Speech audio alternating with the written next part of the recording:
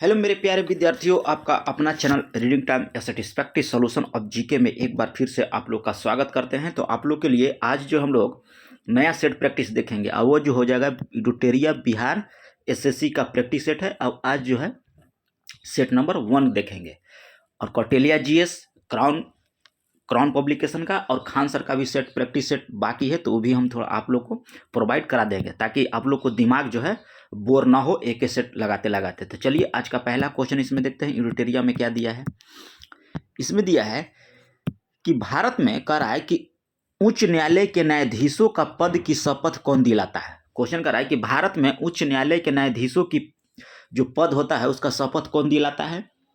तो हो जाएगा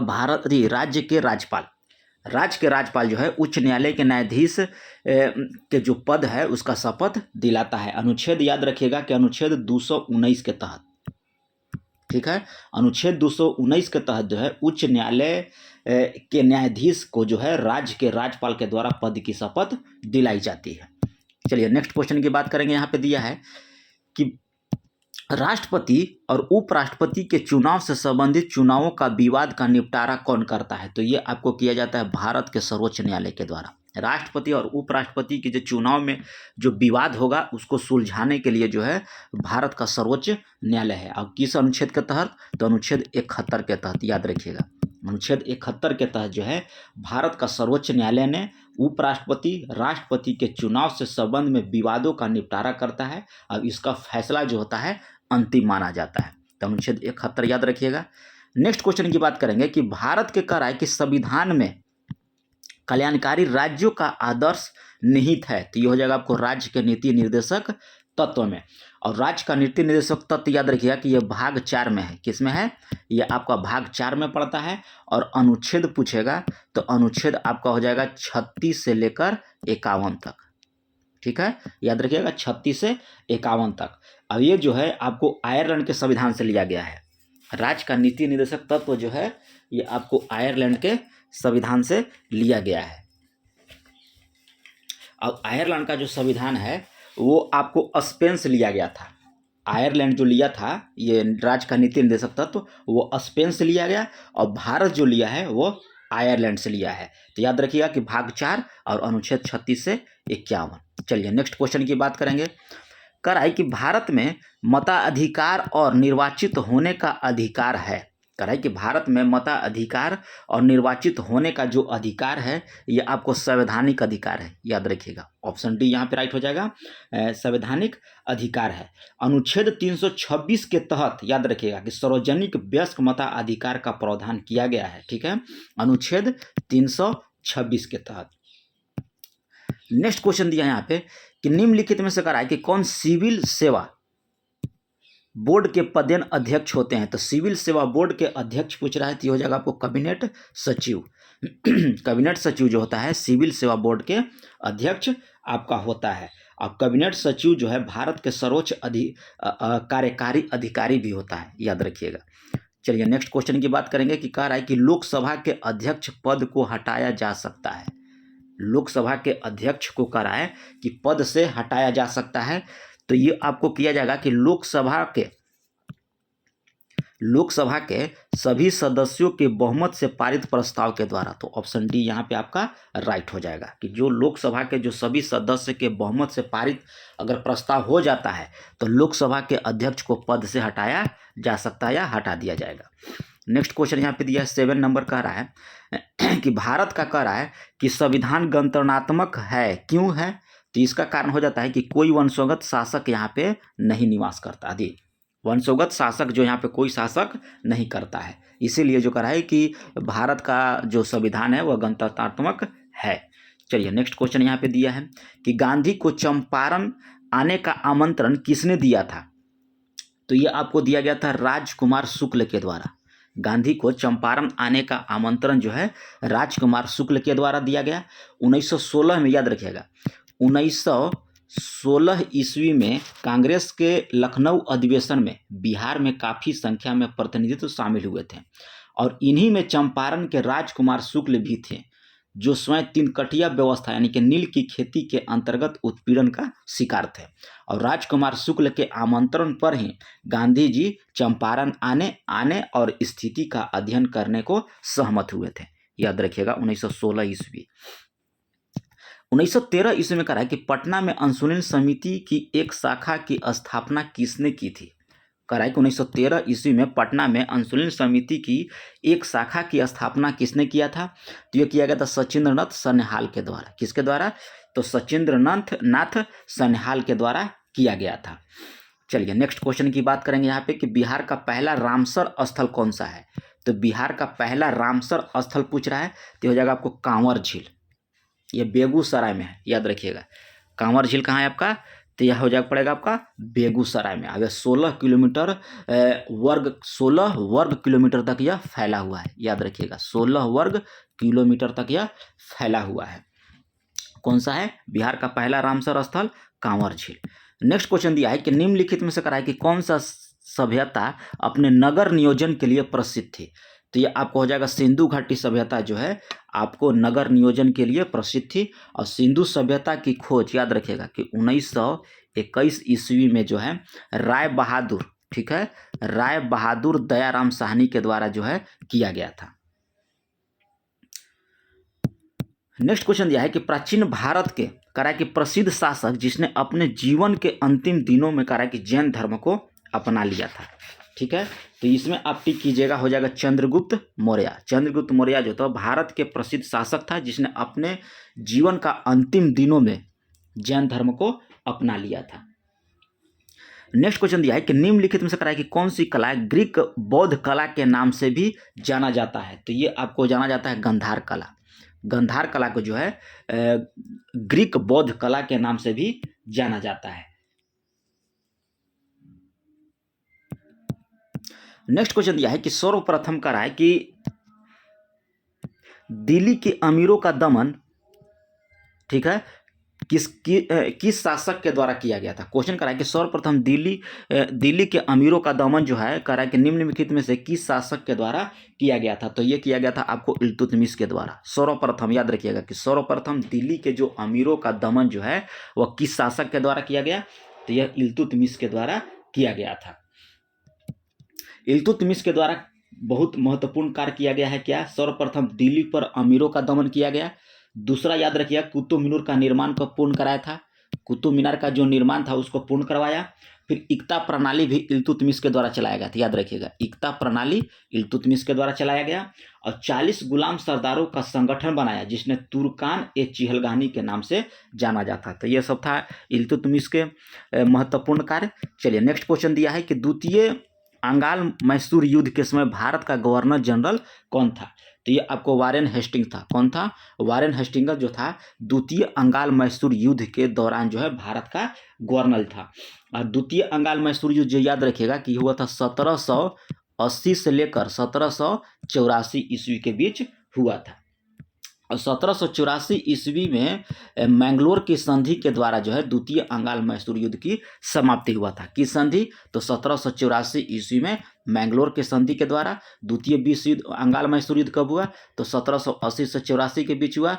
किसके कौन गवर्नर जनरल थे? तो आपका वारेन हेस्टिंग्स से। तृतीय अंगाल मैसूर युद्ध पूछेगा तो 1790 से 92 ईस्वी तक याद रखिएगा। अब ये लॉर्ड कॉर्नवालिस के समय हुआ था तृतीय अंगाल मैसूर युद्ध। यहाँ रखिएगा तृतीय अंगाल मैसूर युद्ध 1790 से लेकर 1792 ईस्वी तक तृतीय आपका हुआ था। चलिए नेक्स्ट क्वेश्चन की बात करेंगे। यहाँ पे किसने कहा था कि कांग्रेस केवल सूक्ष्मदर्शी अल्पसंख्यकों को प्रतिनिधित्व करता है। तो यह कहा था लॉर्ड डॉफरिन के द्वारा। किसके द्वारा? लॉर्ड डॉफरिन के द्वारा कहा गया था कि कांग्रेस केवल सूक्ष्मदर्शी अल्पसंख्यक का प्रतिनिधित्व करती है। नेक्स्ट क्वेश्चन यहाँ पे दिया है कि पूना सार्वजनिक सभा की स्थापना किसके द्वारा किया गया था। तो पूना सार्वजनिक सभा की स्थापना जो है एमजी रनाडे के द्वारा किया गया था। पूना सार्वजनिक सभा की स्थापना एमजी रनाडे के द्वारा जो है आपको 1867 ईस्वी में किया गया था। और परमहंस मंडली की स्थापना याद रखिएगा कि गोपाल हरि देशमुख के द्वारा किया गया था 1844 ईस्वी में। गोपाल हरि देशमुख परमहंस मंडली याद रखिएगा। परमहंस मंडली 1840 ईस्वी में गोपाल हरि देशमुख। और पूना सार्वजनिक सभा एमजी रनाडे 1867 ईस्वी में। नेक्स्ट क्वेश्चन यहाँ पे दिया है कि विजयनगर साम्राज्य की वित्तीय व्यवस्था का कि मुख्य विशेषता क्या था। विजयनगर साम्राज्य का वित्तीय व्यवस्था जो है उसका मुख्य विशेषता क्या था। तो इसमें आप याद रखिएगा भू राजस्व। ठीक है, क्या हो जाएगा, भू राजस्व आपका हो जाएगा। किस मुगल बादशाह के विरुद्ध करा कि जौनपुर में करा कि जौनपुर से फतवा जारी हुआ था। किस मुगल बादशाह के विरुद्ध करा है कि जौनपुर से फतवा जारी हुआ था। तो यह होगा था आपको अकबर के विरुद्ध। अकबर के विरुद्ध जो है आपको जौनपुर से फतवा जारी हुआ था 1580 ईस्वी में। याद रखिएगा कब, 1580 ईस्वी में जो है आपका जौनपुर के एक धर्मगुरु ने मुस्लिम को अकबर के विरुद्ध जो है करने के लिए फतवा जारी किया था। याद रखिएगा 1580 ईस्वी में। नेक्स्ट क्वेश्चन यहाँ पे दिया है और देखिए यहाँ पे घटना और मिलान के लिए कह रहा है। तो यहाँ पे देखिए रॉलेट एक्ट। तो रॉलेट एक्ट कब हुआ था, तो 19 मार्च 1919 ईस्वी को आपको रॉलेट एक्ट हुआ। रॉलेट सत्याग्रह पूछेगा तो 6 अप्रैल 1919 ईस्वी को आपको हुआ था रॉलेट सत्याग्रह। और भारतीय राष्ट्रीय कांग्रेस का अमृतसर अधिवेशन, भारतीय राष्ट्रीय कांग्रेस का अमृतसर अधिवेशन जो है ये आपको हुआ था 2 दिसंबर 1919 ईस्वी को। और जालियांवाला बाग हत्याकांड 13 अप्रैल 1919 ईस्वी को हुआ था। चलिए नेक्स्ट क्वेश्चन यहाँ दिया है कि भारत का करा है कि अपना पड़ोसी देश के मध्य अंतर्राष्ट्रीय सीमा का विस्तार आरोही क्रम में बताइए। तो आरोही क्रम में सबसे पहले आपका हो जाएगा नेपाल, फिर पाकिस्तान, चीन और बांग्लादेश। आरोही मतलब क्या होता है, बढ़ते क्रम में।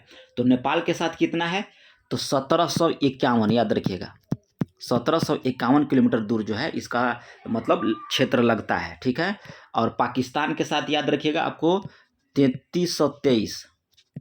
ठीक है, चीन के साथ आप याद रखिएगा कि 3488। ठीक है, और बांग्लादेश के साथ आपको लग जाएगा 4097 किलोमीटर जो है एरिया जो है लगता है। तो यहाँ कह रहा था आरोही क्रम, तो सबसे पहले नेपाल 1751। ठीक है, और उसके बाद पाकिस्तान 3323, चीन आपका हो जाएगा 3488, बांग्लादेश हो जाएगा आपको 4097 किलोमीटर। नेक्स्ट क्वेश्चन यहाँ दिया है कि निम्नलिखित में से करा है कि कौन सा जिला जो है धारवाड़ भू स्तरीय रचना वाला नहीं है। तो ये आपको हो जाएगा रोहतास। रोहतास जिला जो है धारवाड़ भू स्तरीय रचना वाला जिला आपका नहीं है। 23 नंबर क्वेश्चन यहाँ पे दिया है। 23 नंबर में कह रहा है कि अटल टनल से संबंधित निम्नलिखित कथनों पर विचार कीजिए। तो अटल टनल यहाँ पे पूछ रहा है, तो ऑप्शन थोड़ा सा देख लीजिए आप लोग। तो इसमें हो जाएगा आपका कि इसका निर्माण जो है सड़क संगठन के द्वारा किया गया था। ठीक है, यह मनाली और लाहौल स्पीति को जोड़ती है, ये भी आपका राइट है। और यह हिमालय पीर पंचाल पर्वत श्रृंखला के मध्य स्थित है, यह भी सही है। और भारत के लिए सामरिक समिष्ट महत्वपूर्ण है, ये भी आपका सही है। तो ऑप्शन डी यहाँ पे राइट हो जाएगा। नेक्स्ट क्वेश्चन कर रहा है कि नर्मदा घाटी किन पर्वत श्रृंखला के बीच स्थित है। तो नर्मदा पर्वत जो है ये आपका हो जाएगा सतपुड़ा और विंध्याचल के बीच स्थित है नर्मदा घाटी। नेक्स्ट क्वेश्चन दिया है यहाँ पे कि सुमिलित करने के लिए कह रहा है। तो यहाँ पे देखिए बादाम की पहाड़ी कहाँ है, तो बादाम की पहाड़ी आपका उड़ीसा में हो जाएगा। ठीक है, बादाम की पहाड़ी कहाँ है आपका उड़ीसा में। और डलीराजहरा जो है आपको छत्तीसगढ़ में स्थित है। और कुद्रेमुख आपको हो जाएगा कर्नाटक में। और नोआमुंडी जो है आपका झारखंड में हो जाएगा। नेक्स्ट क्वेश्चन यहाँ पे दिया है कि अफ्रीका का सर्वोच्च पर्वत श्रृंखल कौन सा है। तो अफ्रीका का कह रहा है कि सर्वोच्च पर्वत श्रृंखला ये आपको हो जाएगा तंजानिया में। अफ्रीका का सर्वोच्च पर्वत श्रृंखला माउंट किलिमंजारो कहाँ स्थित है, तो आपको तंजानिया में अवस्थित है। नेक्स्ट क्वेश्चन दिया है 27 नंबर में कह रहा है कि भारत में ग्रीष्मकालीन मानसून का प्रवाह की सामान्य दिशा क्या है। तो आपको हो जाएगा दक्षिण पश्चिम से उत्तर पूर्व की ओर। नेक्स्ट क्वेश्चन यहाँ पे दिया है 28 नंबर में देख रहा है कि सूची 1 को सूची 2 में मिलाने के लिए कह रहा है। तो उज्बेकिस्तान की राजधानी कहाँ है आपका, तो उज्बेकिस्तान को आपको हो जाएगा ताशकंद। तजाकिस्तान के आपको हो जाएगा दुशांबे। किर्गिस्तान का आपको हो जाएगा बिश्केक। और तुर्कमेनिस्तान का हो जाएगा अशाकाबाद। चलिए नेक्स्ट क्वेश्चन यहाँ पे दिया है कि कौन सा कह रहा है कि मुद्रा के अवमूल्यन का सबसे संभावित प्रभाव होगा। तो सबसे संभावित प्रभाव होगा निर्यात में वृद्धि। कह रहा है कि मुद्रा के अवमूल्यन का सबसे संभावित प्रभाव होगा आपको निर्यात में वृद्धि। नेक्स्ट क्वेश्चन यहाँ पे दिया है कि वह दर जिस पर कह रहा है कि अनुजक बैंक जो है रिजर्व बैंक से रातों रात धन के अतिरिक्त राशि उधार ले सकते हैं। तो ये आपको हो जाएगा सीमांत अस्थायी सुविधा दर। नेक्स्ट क्वेश्चन दिया है कि कह रहा है कि आरबीआई से संबंधित नहीं है। कह रहा है कौन सा कार्य जो है आपको आरबीआई से संबंधित नहीं है। तो इसमें आपका हो जाएगा ऋण नियंत्रण करना, ये आपका सही है। मुद्रित नोट जारी करना, ये भी आरबीआई करता है। जनता का पैसा उधार देना, ये आपका गलत है, ये नहीं होगा। जनता को पैसा उधार आरबीआई नहीं देता है, बल्कि जैसे पंजाब नेशनल बैंक हो गया, स्टेट बैंक हो गया, ये सब आपको देता है। अंतिम उपाय के रूप में वाणिज्यिक बैंकों को धन उधार देता है, ये आपका सही है। तो ऑप्शन यहाँ पे बी आपका राइट हो जाएगा। केवल 3 यहाँ पे आपका गलत है। नेक्स्ट क्वेश्चन दिया है कि भारत को करा कि आत्मनिर्भर और स्वयं उत्पादक अर्थव्यवस्था के रूप में स्थापित करने का प्राथमिक लक्ष्य किस पंचवर्षीय योजना का था। तो ये आपको हो जाएगा तीसरी पंचवर्षीय योजना का था। करा कि आत्मनिर्भर और स्व उत्पादक अर्थव्यवस्था का रूप में स्थापित करने का प्राथमिक लक्ष्य किस पंचवर्षीय योजना में था। तो आपका तीसरी पंचवर्षीय योजना था, और ये 1961 से लेकर 66 तक था, याद रखिएगा, तीसरी पंचवर्षीय योजना। और ये पंडित जवाहरलाल नेहरू के नेतृत्व में शुरू किया गया था। राष्ट्रीय आय लेखांकन का जन्मदाता किसे कहा जाता है। तो राष्ट्रीय आय लेखांकन का हो जाए आपको साइमन कुजनेट्स को कहा जाता है। नेक्स्ट क्वेश्चन दिया है कि अंतर्राष्ट्रीय मुद्रा कोष एवं विश्व कोष का मुख्यालय कहाँ स्थित है। तो ये आपको हो जाएगा वाशिंगटन डीसी। अंतर्राष्ट्रीय मुद्रा कोष एवं विश्व बैंक का मुख्यालय कहाँ है, आपको वाशिंगटन डीसी में स्थित है। नेक्स्ट क्वेश्चन यहाँ पे दिया है 35 नंबर की बात करेंगे। तो 35 नंबर में दे रहा है कि भारत में कृषि उत्पाद से संबंधित करा बाजार का विनियमन कौन करता है। तो बाजार का विनियमन याद रखिएगा कि आपको कृषि उत्पादक बाजार समिति अधिनियम के द्वारा किया जाता है। नेक्स्ट क्वेश्चन दिया है कि किस देश ने करा कि भारत के किस देश को भेंट में 20 ब्रॉडगेज रेलवे इंजन उपहार में दिया है। करा कि भारत ने किस देश को भेंट में, करा कि भेंट यानी कि पुरस्कार के रूप, पुरस्कार करें गिफ्ट के रूप में 20 ब्रॉडगेज रेल इंजन उपहार में दिया है। तो ये आपको दिया है बांग्लादेश को। नेक्स्ट क्वेश्चन दिया है कि भारत सरकार ने करा है कि वर्ष 2023-24 में साधारण धान के लिए करा है कि कितना न्यूनतम समर्थन मूल्य यानी कि एमएसपी निर्धारित किया गया है। तो ये आपको किया गया है कितना, 2183 रुपया, याद रखिएगा। नेक्स्ट क्वेश्चन दिया है कि किस मंत्रालय के द्वारा जो है पोषण भी पढ़ाई भी कार्यक्रम की शुरुआत किया गया। तो किस मंत्रालय पूछ रहा है, तो इसमें याद रखिएगा केंद्रीय महिला एवं बाल विकास मंत्रालय के द्वारा जो है पोषण भी और पढ़ाई भी कार्यक्रम की शुरुआत किया गया। नेक्स्ट क्वेश्चन कर रहा है कि चंद्रयान 3 जिसे हाल ही में करा है कि प्रक्षेपित किया गया, उसका कुल वजन लगभग कितना है। जो चंद्रयान 3 जो हाल ही में प्रक्षेपित किया गया है उसका वजन पूछ रहा है, तो ये हो जाएगा 3900 किलोग्राम। ठीक है। अब यह 14 जुलाई 2023 को श्रीहरिकोटा इसरो ने, ठीक है, इसरो ने याद रखिएगा कि LVM-3 M4 रॉकेट के जरिए श्रीहरिकोटा के सतीश धवन अंतरिक्ष केंद्र से जो है यह चंद्रयान 3 को प्रक्षेपित किया गया था। चंद्रयान 1 पूछेगा तो 2008 में, याद रखिएगा, चंद्रयान 2008 में, चंद्रयान 2 जो हो जाएगा 2019 में, और चंद्रयान 3 आपका 2023 में। चलिए नेक्स्ट क्वेश्चन का रहा है कि विश्व पर्यावरण दिवस 2023 का थीम क्या था। तो पर्यावरण का कब मनाया जाता है, तो 5 जून को, याद रखिएगा, कब मनाया जाता है आपका, तो 5 जून को।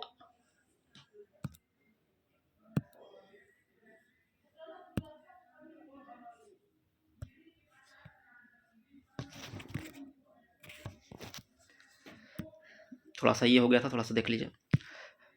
विश्व पर्यावरण कब मनाया जाता है, तो याद रखिए इसमें 5 जून को मनाया जाता है। विश्व पर्यावरण दिवस आपको 5 जून को। और 2023 का आपका थीम क्या था, तो यह था आपको प्लास्टिक प्रदूषण के समाधान। चलिए नेक्स्ट क्वेश्चन यहाँ पे दिया है कि हाल ही में करा है कि किस राज्य में दुबराज चावल को GI टैग दिया है। किस राज्य के दुबराज चावल को करा है कि GI टैग दिया गया है, तो ये आपको छत्तीसगढ़। नेक्स्ट क्वेश्चन यहाँ पे दिया है, कह रहा है कि राज्य और उनके राज्यपाल का सही सुमेलित आपका नहीं है। ठीक है, देखिए राज्यपाल, तो यहाँ पे हो जाएगा आपको केरला के हैं आरिफ मोहम्मद खान, सही है। नागालैंड का आपको ला गणेशन, और त्रिपुरा के आपको दिया है यहाँ पे गुरमीत सिंह, जबकि त्रिपुरा के आपको राज्यपाल सत्यदेव नारायण आर्य है। ये आपका गलत है। कौन है, सत्यदेव नारायण। ठीक है, थोड़ा सा लिखने में दिक्कत होता है। सत्यदेव नारायण आर्य आपके हैं, और राजस्थान के कलराज मिश्र हैं। तो ऑप्शन सी यहाँ पे आपका गलत हो जाएगा। ऑप्शन सी में आपका हो जाएगा सत्यदेव नारायण आर्य जो हैं त्रिपुरा के राज्यपाल बने हैं। नेक्स्ट क्वेश्चन दिया है कि आईसीसी क्रिकेट वर्ल्ड कप 2023 में कराए कुल कितने टीमों ने भाग लिया था। तो कुल कितने टीम पूछ रहा है, तो इसमें हो जाएगा आपका 10। नेक्स्ट क्वेश्चन दिया है कि हाल ही में कराए कि बिहार का नया महाधिवक्ता किसे नियुक्त किया गया है। करा कि हाल ही में बिहार का नया महाधिवक्ता जो है नियुक्त किया गया है आपको किसको, तो ये आपको पीके शाही, याद रखिएगा पीके शाही को। नेक्स्ट क्वेश्चन दिया है कि साहित्य के क्षेत्र में करा है कि नोबेल पुरस्कार 2023 से किसे सम्मानित किया गया साहित्य के क्षेत्र में। तो इसमें आप याद रखिएगा कि जॉन फांसे को जो है साहित्य के क्षेत्र पे नोबेल पुरस्कार 2023 में इनको सम्मानित किया गया है। ठीक है, चलिए नेक्स्ट क्वेश्चन की बात करेंगे कि नागेवाजा शब्दावली किस खेल से संबंधित है। तो ये आपको जूडो से है, याद रखिए किससे है, आपका जूडो से है। एक सर्व देगा, सर्व आपका वॉलीबॉल से देता है, कैडी गोल्फ से, याद रखिएगा कैडी आपका देगा तो गोल्फ से, कैडी शब्द आपका गोल्फ से देता है। और शतरंज से एक शब्द है नाइट एक शब्द आता है जो आपको शतरंज खेल से संबंधित है। और पुश इन हॉकी से, याद रखिएगा पुश इन किससे होगा, हॉकी से होगा। यहाँ आपका जूडो हो गया। प्रोलॉग किस पीढ़ी का कंप्यूटर है, प्रोलॉग जो है किस पीढ़ी की कंप्यूटर भाषा है, तो इसमें आपको हो जाएगा पंचम। ठीक है, अंतर्राष्ट्रीय कृषि विकास कोष का मुख्यालय कहाँ स्थित है, तो ये आपको हो जाएगा रोम में। अंतर्राष्ट्रीय कृषि विकास कोष का मुख्यालय आपका रोम में स्थित है। नकटा लोक नृत्य कराए की संबंध किस राज्य से है, नकटा, तो नकटा आपको हो जाएगा महाराष्ट्र से। कहाँ हो जाएगा, महाराष्ट्र से। छऊ आपका झारखंड से, याद रखिएगा छऊ जो है आपका झारखंड से हो जाएगा। और हिमाचल प्रदेश में देता है छपेली, याद रखिएगा छपेली आपका हिमाचल प्रदेश का हो जाएगा। और पनिहारी राजस्थान, पनिहारी एक देगा राजस्थान, और ढाली आपका पश्चिम बंगाल। चलिए नेक्स्ट क्वेश्चन दिया है कि निखिल बनर्जी का संबंध किस वाद्य यंत्र से था, तो ये आपको सितार से था। आपको निखिल बनर्जी बिस्मिल्लाह खां क्या बजाते थे, आपका शहनाई, यहाँ बिस्मिल्लाह खां याद रखिएगा। और आपका संतूर भजन सोपारी जो आपको संतूर बजाते थे। और तबला आपको अलरखा खां, याद रखिएगा अलरखा खां आपको तबला बजाते थे। चलिए नेक्स्ट क्वेश्चन दिया है कि डीसी जनरेटर किस सिद्धांत पर आपका कार्य करता है, तो डीसी जनरेटर आपको फैराडे के विद्युत चुंबकीय प्रेरण के सिद्धांत पर कार्य करता है। प्रकाश के कण के वर्ण विक्षेपण में लाल रंग का परास कितना होता है, तो लाल रंग का परास याद रखिएगा कि आपको 6200 एंगस्ट्रॉम से लेकर 7800 एंगस्ट्रॉम तक आपका क्या होता है, लाल रंग का होता है। और 3900 से 4460 इसका होगा आपको बैगनी रंग का, याद रखिएगा ये आपका बैगनी रंग का हो जाएगा। और 4060 से 5660 तक ये आपको होता है जामुनी का, किसका हो जाएगा, वायलेट यानी कि जामुनी रंग का हो जाएगा। चलिए अब 5200 से आपका 5700 के बीच किसका होता है, ये थोड़ा सा आप देख लीजिएगा, ये इसका नहीं याद है। चलिए नेक्स्ट क्वेश्चन दिया है कि ध्वनि की प्रबलता किसके द्वारा आपको निर्धारित किया जाता है, तो ध्वनि की प्रबलता जो है ये आपको कंपन के आयाम पर निर्धारित किया जाता है। नेक्स्ट क्वेश्चन दिया है कि जल के विद्युत अपघटन के कारण के समय यदि बैटरी के ऋणात्मक टर्मिनल से जुड़े इलेक्ट्रॉन, ठीक है, पर निम्न में कौन सी गैस बनती है। कराए कि जल के विद्युत अपघटन के समय कराए कि बैटरी जो होता है उसके ऋणात्मक टर्मिनल से जुड़े इलेक्ट्रोड पर कराए कि निम्नलिखित में से कौन सी गैस बनती है, तो ये आपको बनेगा हाइड्रोजन गैस। ऑप्शन ए यहाँ पे राइट हो जाएगा। नेक्स्ट क्वेश्चन यहाँ पे दिया है और आपसे पूछ रहा है कि इस लाल रंग की कराए कि वस्तु लाल क्यों दिखाई देती है, लाल रंग की वस्तु, तो हो जाएगा कि यह लाल रंग को परिवर्तित करता है। कार्य की मान किन किन स्थितियों में कराए कि शून्य हो सकता है, क्वेश्चन कराए कि कार्य का मान जो है किन किन स्थितियों में शून्य हो सकता है, तो ये आपको हो सकता है कि विस्थापन शून्य हो और बल और विस्थापन की दिशा परस्पर लंबवत हो। ठीक है, नेक्स्ट क्वेश्चन दिया है कि प्रतिरोध के दो तार कराए कि R1 R2 समानांतर क्रम में जुड़े हैं, तो संयोजन का तुल्य प्रतिरोध क्या हो जाएगा, तो R1 × R2 बटे में हो जाएगा R1 + R2 हो जाएगा। चलिए नेक्स्ट क्वेश्चन दिया है कि निम्नलिखित में से कराए कि किस विद्युत चुंबकीय विकिरण में कराए कि सबसे लंबे तरंग होता है, तो ये आपको होता है रेडियो तरंग दैर्ध्य। रेडियो तरंग जो है सबसे अधिक होता है विद्युत चुंबकीय विकिरण। निम्नलिखित में से कह रहा है कि कौन सा एक मिश्रण का उदाहरण आपका है। तो मिश्रण का कह रहा उदाहरण है, तो इसमें हो जाएगा इस्पात। इस्पात जो है आपका एक मिश्रण का उदाहरण है। कार्नेलाइट कह रहा है किस धातु का अयस्क है। तो कार्नेलाइट आपका पोटेशियम का अयस्क होता है। किसका होता है? पोटेशियम का आपका अयस्क होता है। हीलियम के नाभिक में होता है, तो हीलियम के नाभिक में याद रखिएगा कि ये होता है आपको 2 प्रोटॉन और 2 न्यूट्रॉन। हीलियम के नाभिक में होता है आपको 2 प्रोटॉन और 2 न्यूट्रॉन, और हीलियम सबसे हल्की नोबेल गैस है, याद रखिएगा। नेक्स्ट क्वेश्चन कर रहा है कि क्रोमेटोग्राफी की तकनीक का प्रयोग होता है। तो ये आपको किया जाता है रंगीन रसायन के मिश्रण से पदार्थों को अलग करने में जो है आपको क्रोमेटोग्राफी तकनीक का प्रयोग किया जाता है। नेक्स्ट क्वेश्चन दिया है कि माणिक्य और नीलम रासायनिक रूप से होते हैं। तो रासायनिक रूप से आपको होते हैं एल्युमिनियम ऑक्साइड। माणिक्य और नीलम जो है आपको रासायनिक रूप से एल्युमिनियम ऑक्साइड होते हैं। जर्मन सिल्वर में कह रहा है कि चांदी की प्रतिशत कितनी होती है। तो ये आपको 0% होती है। जर्मन सिल्वर में चांदी की प्रतिशत आपको याद रखिएगा कि इसमें हो जाएगा 0%। चलिए नेक्स्ट क्वेश्चन की बात करेंगे 65 नंबर। तो 65 नंबर में देखिए यहाँ पे क्या बोल रहा है। कह रहा है कि निम्नलिखित में से कह रहा है कि किस पदार्थ का विशिष्ट ऊष्मा जो है आपका कह रहा है कि सर्वाधिक है। विशिष्ट ऊष्मा कह रहा है कि सर्वाधिक है, तो इसमें आपको हो जाएगा एल्कोहल। एल्कोहल के विशिष्ट ऊष्मा आपको यहाँ पे सबसे अधिक हो जाएगा। लोहा का याद रखिएगा कि विशिष्ट ऊष्मा आपको होता है 0.11, ठीक है। और आपका बर्फ का होता है 0.50, ठीक है। एल्कोहल का आप याद रखिएगा कि होता है 0.60, और कार्बन का आपका होता है यहाँ पे दिया है 0.17, ठीक है। तो सबसे यहाँ पे अधिक हो जाएगा एल्कोहल का। नेक्स्ट है कि ऑक्सीकरण के संबंध में कह रहा है कि कौन सा कथन आपका यहाँ सत्य है। तो ऑक्सीकरण में क्या होता है कि इलेक्ट्रॉन को त्याग होता है, ठीक है, ऑक्सीजन का संयोग होता है, और विद्युत धनात्मक समूह के अनुपात में वृद्धि होता है। तो उपयुक्त में से एक से अधिक माने कि सब सही है। नेक्स्ट क्वेश्चन दिया है कि मस्टर्ड गैस का उपयोग किया जाता है। तो मस्टर्ड गैस का उपयोग जो है ये आपको किया जाता है रासायनिक युद्ध में, मस्टर्ड गैस का।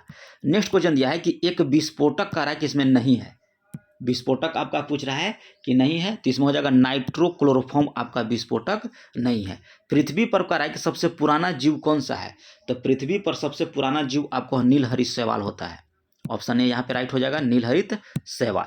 नेक्स्ट क्वेश्चन दिया है कि गर्म रुधिर वाले जंतु वे होते हैं जो अपने शरीर के तापक्रम को क्या करते हैं। तो ये क्या करते हैं कि हमेशा एक सा बनाए रखते हैं। गर्म रुधिर वाले जंतु जो होते हैं वे अपने शरीर के ताप को जो है हमेशा एक सा बनाए रखे रहते हैं। नेक्स्ट क्वेश्चन देखिए यहाँ पे दिया है सूची 1 को सूची 2 में मिलाने के लिए कह रहा है। तो यहाँ पे देखिए सुंदरी, सुंदरी आपको हो जाएगा न्यूमेटाफोर, ठीक है। सुंदरी आपको हो जाएगा न्यूमेटाफोर। अम्रबेला चूसन मूल, ठीक है। और सिंघाड़ा आपको हो जाएगा स्वांगीकरण मूल, और प्याज आपको हो जाएगा भूमिगत तना। तो ऑप्शन बी यहाँ पे आपका राइट हो जाएगा। नेक्स्ट क्वेश्चन कह रहा है कि शल्य क्रिया में कह रहा है कि ऑर्थोप्लास्टिक, ठीक, क्या है शल्य क्रिया में कह रहा है। तो ये आपको हो जाएगा कूल्हे के जोड़ को प्रतिस्थापन। शल्य क्रिया में ऑर्थोप्लास्टिक क्या है, तो कूल्हे के जोड़ में कह रहा है प्रतिस्थापन। चलिए 72 नंबर हो गया। 73 नंबर क्वेश्चन की बात करेंगे कि मानव शरीर में कह रहा है कि पाचन का अधिकांश भाग किस अंग में संपन्न होता है। तो पाचन का अधिकांश भाग आपको छोटी आंत में होता है। स्टार्ट कहेगा तो आपको मुख से, याद रखिएगा, स्टार्ट कहेगा तो आपका मुख से हो जाएगा। इंसुलिन में कह रहा है कौन सी धातु उपस्थित रहती है। तो इंसुलिन में आपका जस्ता रहता है। नेक्स्ट क्वेश्चन दिया है कि हेपेटाइटिस रोग से मनुष्य के शरीर में सीधा प्रभावित होने वाला अंग कौन सा है। हेपेटाइटिस रोग से कह रहा है तो ये आपको होता है यकृत। हेपेटाइटिस आपको होगा तो आपको सीधा जो है शरीर का कौन सा अंग प्रभावित होगा, तो यकृत। और यहाँ से देखिए आपको 75 क्वेश्चन के बाद आपको यहाँ से मैथ स्टार्ट हो जाता है। तो मैथ का क्वेश्चन लगा लीजिएगा, आपको पीडीएफ के माध्यम से आपको प्रोवाइड कर दिया जाएगा। और पीडीएफ कहाँ मिलेगा, तो टेलीग्राम चैनल पे मिलेगा। और टेलीग्राम चैनल जो है आपको वीडियो के डिस्क्रिप्शन में लिंक डाला हुआ है, आप वहाँ से ज्वाइन कीजिए। तो मिलते हैं नेक्स्ट वीडियो में, तब तक के लिए धन्यवाद।